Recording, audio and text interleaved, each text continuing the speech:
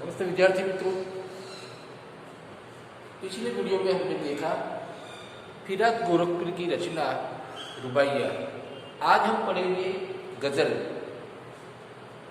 इन गजलों में फिराक गोरखपुरी ने एक एक जो शेर रखे हैं इतने बेहतरीन तरीके से रखे हैं कि उनकी शैली जो है वो काफ़ी प्रसिद्ध प्रख्यात गजलकार जो मीर साहब है उनकी याद आ जाए।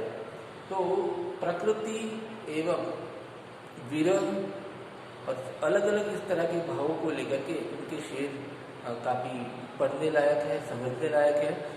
हम इन गजल में अलग अलग शेरों को पढ़ करके समझने की कोशिश करेंगे कि वो क्या कहना चाहते हैं। तो आइए पहला शेर देखते हैं कि नौरस गुंजे पंखड़ियों की नाजुक गिरह खोले हैं, या उड़ जाने को रंगों को गुलशन में पर तोले हैं। यहाँ पर प्रकृति के जरिए यहाँ किस तरह की बात की गई है कि ये जो गुंजे होते हैं, चित्र में देख सकते हैं, ये जो कलिया के रूप में जो गुंजे होते हैं वो क्या करते हैं, अपनी नाजुक गिरोहों को खोलते हैं। तो कवि की कल्पना यहाँ ऐसी है, शायर का अंदाज कुछ ऐसा है कि ये जो है गुंजे अपनी पंखुड़ियों को खोल नहीं रहे हैं। असल में क्या है कि उसके अंदर जो रंग और बू है, खुशबू जो है वो उड़ जाने के लिए, गुलशन में उड़ जाने के लिए अपने पर यानी अपने पंख जैसे खोल रहे हैं, ऐसा लग रहा है।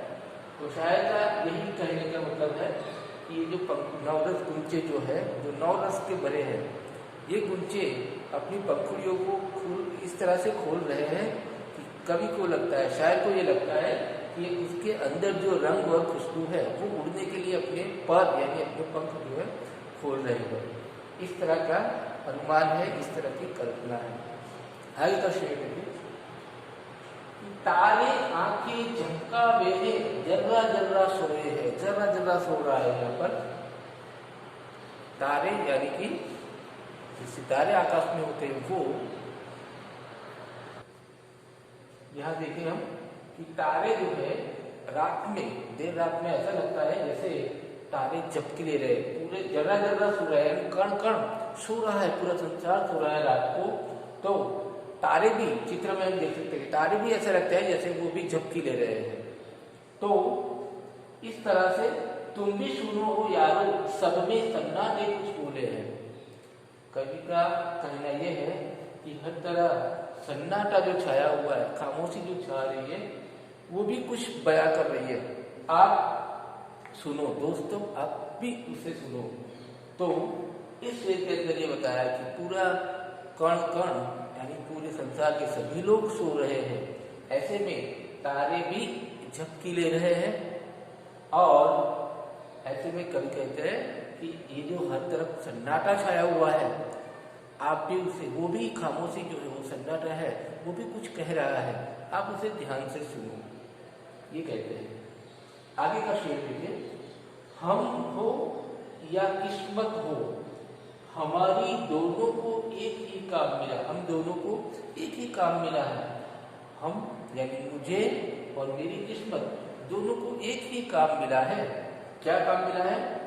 किस्मत हमको रो ले हुए है, किस्मत हम पे रोती है, या हम किस्मत को रो ले, या फिर हम किस्मत पर रोते हैं। किस्मत मुझ पर रोती है या फिर मैं किस्मत पर रोता हूँ। यहाँ पर कवि यहाँ ये बताना चाहते हैं कि कितने दुख दर्द भरी अवस्था है कि जिसमें हर तरह से जो है कवि दुखी है या विरह है या जो भी है, पर इसमें उनकी जिंदगी में जो भी विडंबनाएं हैं, जो भी दुख है, वो यहाँ पर उजागर किया है कि उनकी तकलीफ ऐसी है कि उनकी तकदीर में बस रोना ही लिखा है, ऐसा उनको लगता है।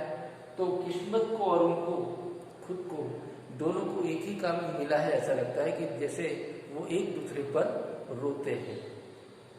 तो यहाँ करुण दशा है। आगे की शेर देखते हैं। आगे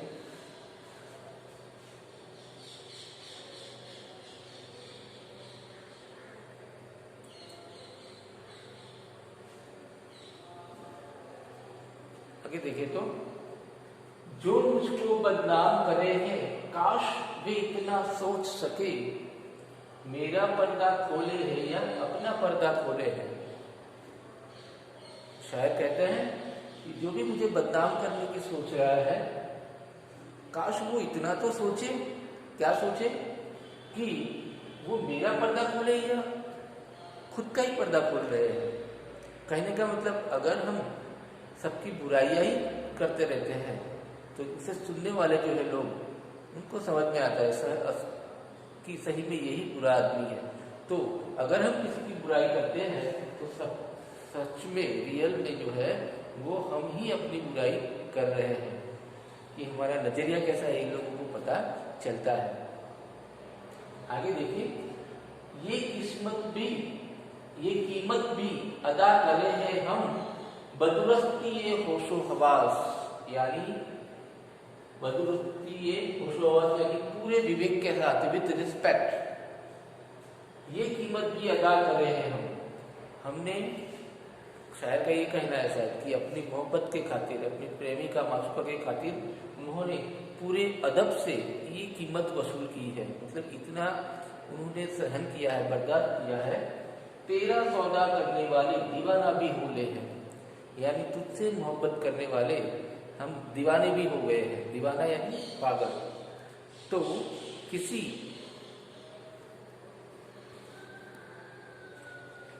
एक वस्तु, व्यक्ति के लिए पागल हो जाना, वो दीवानापन है।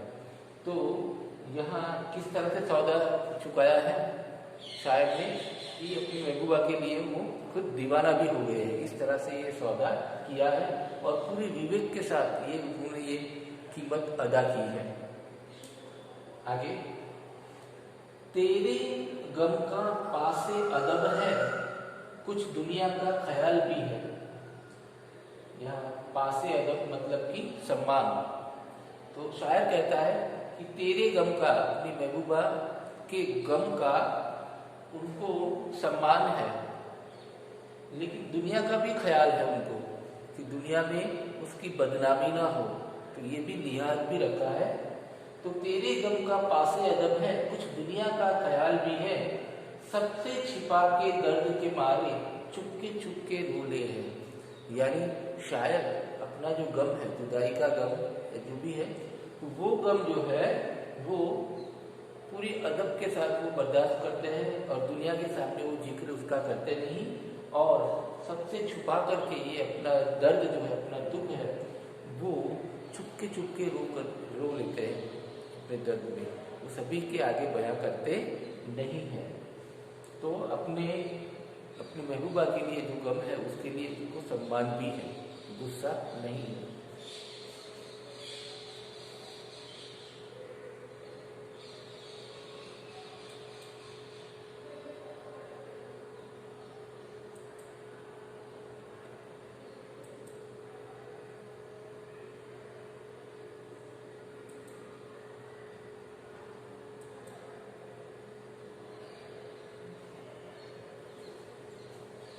आगे के शेर में क्या है, फितरत का कायम है तवाजुन, आलमी हुस्न इश्क में भी उसको उतना ही पाते हैं खुद को जितना खोजे। यहाँ शब्दों को समझ लेते हैं, उर्दू शब्दों को। फितरत यानी अपनी प्रकृति, नेचर, कायम यानी स्थापित, सेटल, और तवाजुन यानी संतुलन, आलमी हुस्न इश्क मतलब हुस्न और इश्क की दुनिया में, हुस्न और इश्क के संसार में। तो यहाँ उर्दू शब्दों के जरिए ये समझ लेते हैं कि पूरी हुस्न और इश्क की दुनिया में संतुलन, प्रकृति का संतुलन कायमी रूप से स्थापित है। कि क्या संतुलन, क्या बैलेंस ऊपर वाले ने बना करके रखा है कि उसको उतना ही पाते हैं खुद को जितना खोले हैं। हम जितना किसी के ऊपर उतना ही पाएंगे जितना हम खो जाएंगे अपने आप को। जैसे कि माँ अपने बेटे के लिए या अपने बच्चे के लिए अगर वो इतनी इतनी मोहब्बत होती है कि वो क्या क्या करती है, माँ अपने आप को खो जाती है, भूल जाती है और अपने बच्चे की परवरिश में पूरा अपना तन मन धन लगा देती है। तो वो कुर्बानी है, जितना हम कुर्बानी देंगे उतना ही हम सामने वालों को पा सकेंगे। तो यहाँ प्रकृति का जो नियम है, जो स्थापित नियम है, उसकी बात की है कि उसको उतना ही मिलता है जो जितना अपने आप को वो खो देता है। यानी ये यहाँ मोहब्बत की बात है कि वो अपने आप को इतना समर्पित करना होता है सामने वाले के लिए, तो ही हम सामने वालों को प्राप्त कर सकते हैं, उसकी मोहब्बत को प्राप्त कर सकते हैं। आबे ताबे अशार न पूछो तुम भी आंखें रखे हो। आबे ताबे यानी चमक दमक, ये जगमग बैतों की दमक है या हम मोती रोले हैं।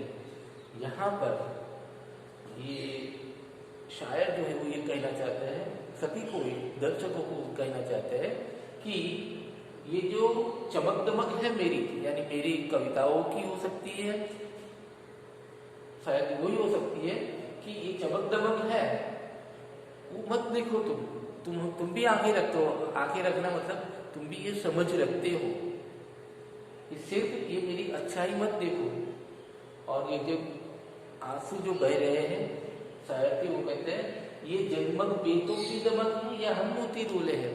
ये बेतों की चमक है या फिर हम आंसू रो रहे हैं, ये आंसू है मोती जैसे। तो यहाँ शायर ये कहना चाहता है कि सिर्फ मेरे बाहरी सुंदरता को मत देखो, मेरी कविता रचना की सुंदरता मत देखो, सही में ये चमक है या फिर मैं मोती के आंसू रो रहा हूँ, वो है, वो समझने की कोशिश करो। आप आखिरकार आप भी आंखें रखते हो, यानी कि आप भी समझदारी रखते हो, तो इतना समझो।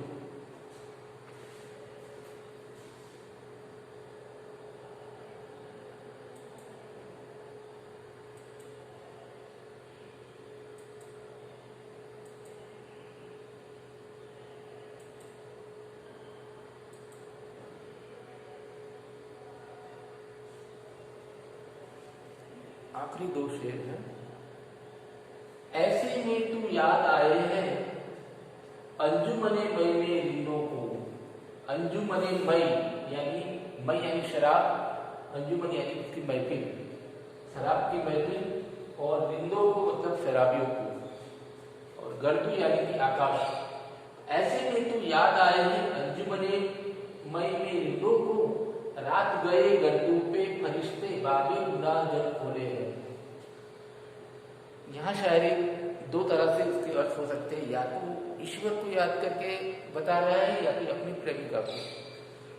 हम ईश्वर को ध्यान में रख करके बात करें तो शायर कहता है कि तुम मुझे ऐसे में याद आए हैं। किस तरह, कैसे याद आए हैं कि जिस तरह से शराब की महफिल में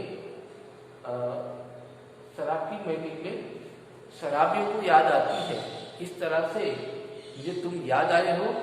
और रात गए आकाश में, पूरी रात गए आधी रात में आकाश में फरिश्ते यानी देवता लोग जिस तरह से बाबे गुनाह यानी हरेक के कर्म जो है पाप और पुण्य, ये दोनों का हिसाब जो देख रहे हैं फरिश्ते देव, इस तरह से मुझे तुम याद आए हैं। फिर से एक बार देख लेते हैं। तुम ऐसे में कैसे याद आए कि जिस तरह से शराब की महफिल में शराबियों को याद आती है, ऐसे मुझे तुम्हारी याद आई। और इस तरह से कि रात को आधी रात गए आकाश में जिस तरह से फरिश्ते लोगों के जो हिसाब लिखते हैं पाप पुण्य के, ऐसे में तुम याद आए। आगे आखिरी शेर है। सदके चिराग एजाज सुखन, एजाज सुखन यानी कविता का सौंदर्य, कि कैसे उड़ा लिए आवाज इन गजलों के पर्दों में तो मीर की गजलें बोले हैं। यहाँ पर शायर ये कहना चाहते हैं कि कविता का सौंदर्य उनकी जो रचनाओं में है, ये कैसे उड़ा ली आवाज। फिराक ने यानी कवि खुद अपनी तारीफ करके कहते हैं कि ये जो मेरी रचनाओं में कविता का सौंदर्य है, तो उसकी ये आवाज कैसे उड़ा ली है, कहाँ से ये शैली, इतनी बढ़िया जो स्टाइल है कविताओं की, लेखन की, शायरी की, तो ये सब कहाँ से आया। तो फिराक गोरखपुरी खुद कहते हैं कि इन गजलों के पर्दे में तो मीर की गजलें बोले, यानी मेरी जो रचनाएं हैं उसमें जो मीर साहब जो है उनकी शैली मेरे अंदर दिखाई देती है। तो पहले लाइन में क्या है कि सवाल है कि आपको पता चले कि मेरे अंदर ये ऐसी आवाज, ऐसी कविता की सुंदरता, ये सब इतना अच्छा कैसे आता है। तो आखिर दूसरी लाइन में बताया है कि इसके अंदर तो मीर साहब की शैली है, वो मेरी रचनाओं में आगे दिखाई देती है आपको। तो फिराक गोरखपुरी की इन रचना में हमने देखा कि या तो प्रकृति या अपनी विरह की बात, ईश्वर की बात और अपनी रचनाओं की जो सुंदरता है उसकी बात में उसका जो मैन जो तत्व है, किसका असर है, तो वो मीर साहब जो प्रसिद्ध गजलकार है उनका असर है, वो उन्होंने जिक्र किया है। तो आप लोग इसे ध्यान से सुनिए, समझिए और फिर आगे के वीडियो में हम जो प्रश्नोत्तर करेंगे वो लिखिए। धन्यवाद।